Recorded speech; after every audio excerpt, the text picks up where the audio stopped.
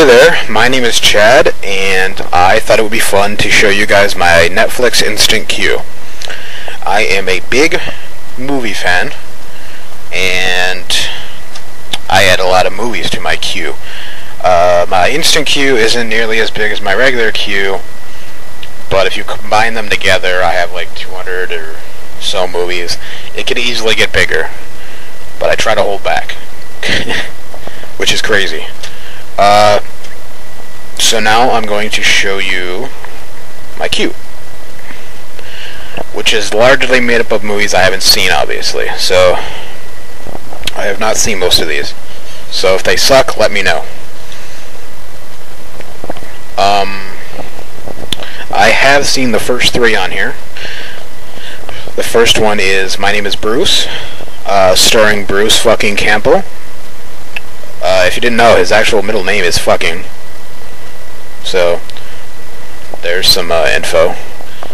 But I actually enjoyed this movie. It is a kind of a goofy B horror movie spoof, but it is made good by the simple appearance of Bruce Campbell. He is the star of this movie, and he is Bruce Campbell. Bruce Campbell, Bruce Campbell, Bruce Campbell. That's all that matters. So if you like Bruce Campbell, check it out.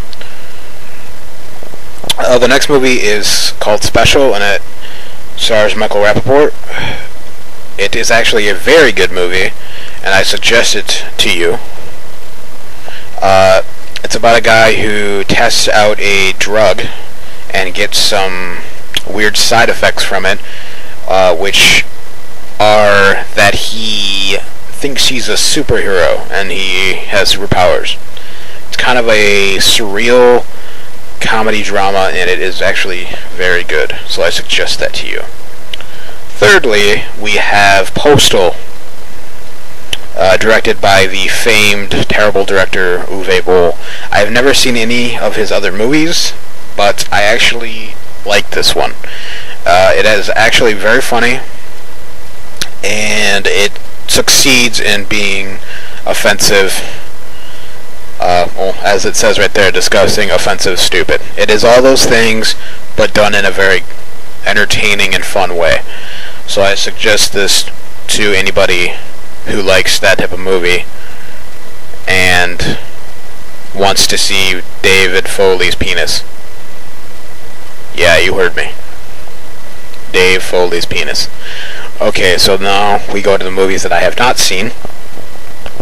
I have this movie in here because I am a huge fan of the director of it. His name is Takashi Miike, and he has directed some of my favorite movies, especially Ichi the Killer and Visitor Q. Both of those movies are absurd, and he is amazing at making crazy, absurd, fantastic movies. I started to watch this movie, but I'm going to have to end up renting the actual DVD because the actors are Japanese, but they talk in English, and it's broken English, and I have no idea what the fuck they're saying. So I need subtitles. But yeah, directed by Takashi Miike, and it has Quentin Tarantino in it, so those two together, it should be fantastic. It looks pretty interesting, which all of his movies are. Anyway, so now we're just gonna kind of go through some of these. I have all different kinds of movies, from horror to drama to Wall-E to indie movies to documentaries to fantasy to anything you could think of. I like all kinds of movies. As you can see, we go from Dead Man's Shoes to Wall-E to all these. It's all over the place. This movie sounds interesting because it's JeanClaude Van Damme as JeanClaude Van Damme. I added this movie simply because it has Philip Seymour Hoffman in it, and he is probably my favorite actor, I would say. Jason Statham for the win. And then you have a movie like Half Nelson, where the plot does not interest me at all. It sounds like Dangerous Minds and 1,000 other movies, but it has Ryan Gosling in it, and he is an amazing actor, so it must be good, right? Yeah, well, let's hope so. I probably will never watch it, though, because I hate the plot of it.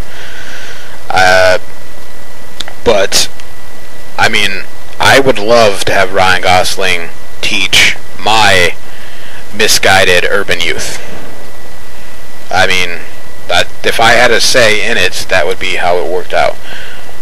Anyway, just a lot of different kind of movies, independent movies. I have Opeth on here. This is a live DVD. I think it's mainly acoustic songs, but I'm a big fan of Opeth, and I saw them within the last year, and they were awesome.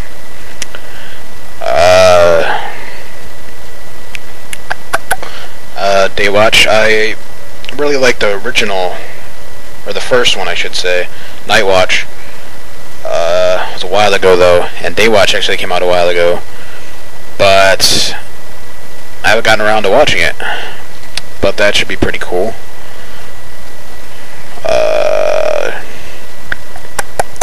Just a lot of independent movies.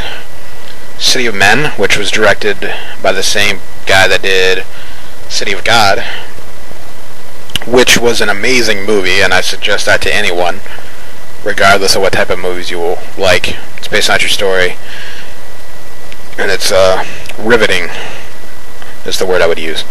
So I'm looking forward to watching this movie. I have this movie on here, The 10, only because it has Paul Rudd in it, and if I could be one person on the earth, I would be Paul Rudd. He's a beautiful man in so many different ways, and I just like his humor and everything about him. I would fuck Paul Rudd is what I'm trying to say. Speaking of beautiful, we have Sarah Silverman. There's some documentaries. Nicolas Cage, or as I like to call him, Nicolas fucking Cage. His middle name is fucking as well. Some dude walking across a wire. Some sex trading going on over here. What else here? We got some Bottle Rocket, which was directed by Wes Anderson, which every movie he's made has been awesome. He's done Rushmore and The Royal Tenenbaums and The Life Aquatic, and he's an awesome director, so I gotta watch that sometime. It has the Wilson brothers in it. That's supposed to be cool. I like the cover. It's got a fucking zombie on it. Ong Bak. I was a big fan of The Protector, so I gotta watch that. Bruce fucking Campbell again. This movie probably blows, though. It doesn't look very good. Any movie with The Rock, Stifler, and Justin Timberlake has got to be great. And by great, I mean terrible. But my friend said this was good, so I'm going to watch it eventually. Bruce fucking Campbell again. And Mania Cop. Some more independent, some foreign. I also forgot to mention that I love foreign movies. Big fan of Japanese movies and stuff like that. I added a lot of these tonight, actually. So right here you got Ass Cheeks. So that has to be a good movie. I believe it's a Japanese movie, and it's got butt cheeks in the cover. So it's got to be pretty good. It says it will rock and shock you. So if it's going to do that, it's going to be pretty good. Got some naked people, sluts, some gay guys, some other things. Eraserhead, got to force myself to watch that. Just a bunch of things. We got some Jesus Christ Vampire Hunter. And last but not least, we have Hannah Montana Season 2, the pivotal must-have season of Hannah Montana. And anybody who's a fan of it knows that it's the best season, and it's the most gripping, most balls-to-the-wall, groundbreaking season of Hannah Montana, and the other seasons just don't compare, in my opinion. So, anybody who hasn't seen this season, you should. It will change your life. In fact, I'm gonna watch it right now, and I'm probably gonna jack off in the process. Well, I got my night planned out for me here, but Hannah Montana has me running low on tissues. Alright, that's my instant cue. This video has gone way too long, but I like the sound of my own voice, so deal with it.